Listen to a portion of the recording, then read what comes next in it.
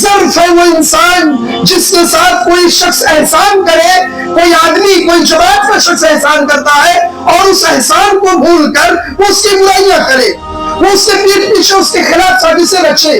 لہذا نبی کا طریقہ اور صحابہ کا طریقہ یہ نہیں تھا۔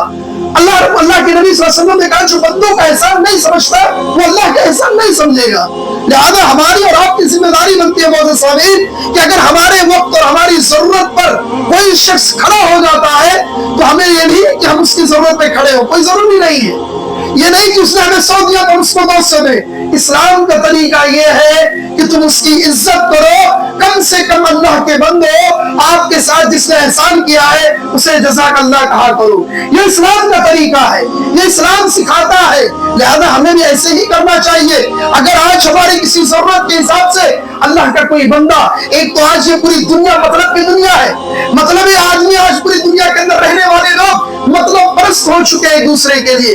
اگر ایسی کنڈیشنز میں کوئی شخص آپ کے لیے کھڑا ہوتا ہے، آپ کا ہمدرد بنتا ہے، تو یقین مانو یہ بہت بڑی بات ہے کہ آپ کی زبان پر کوئی کھڑا ہو گیا تو آپ کی ذمہ داری یہ بنتی ہے کہ آپ اس کے وقت پہ اس کا احسان سمجھو، اور وقت آنے پر اللہ رب العالمین اگر آپ کو نوازتا ہے تو آپ بھی اس کے ساتھ ایسا ہی کرو۔ اگر ایسی کوئی کنڈیشن سامنے نہیں آتی ہے تو کم سے کم اپنی دعائیں خیر سے یاد کرو، یہ اسلام سکھاتا ہے۔ لہذا اسلام کے اندر بہت ساری چیزیں ہیں۔ جس طریقے سے مہاجرین انصار تھے، انصار کے لوگوں نے مہاجرین کی مدد کی، ہاں، لیکن احسان کرنے والا کبھی یہ نہ سوچے کہ میں لوگوں کے لیے کر رہا ہوں۔ یہ بھی ایک سبق لے لینا چاہیے۔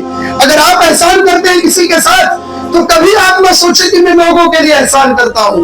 آپ ہمیشہ رب کی رضا کے لیے کسی کے ساتھ احسان کرو، اللہ اس کا بدلہ دے گا۔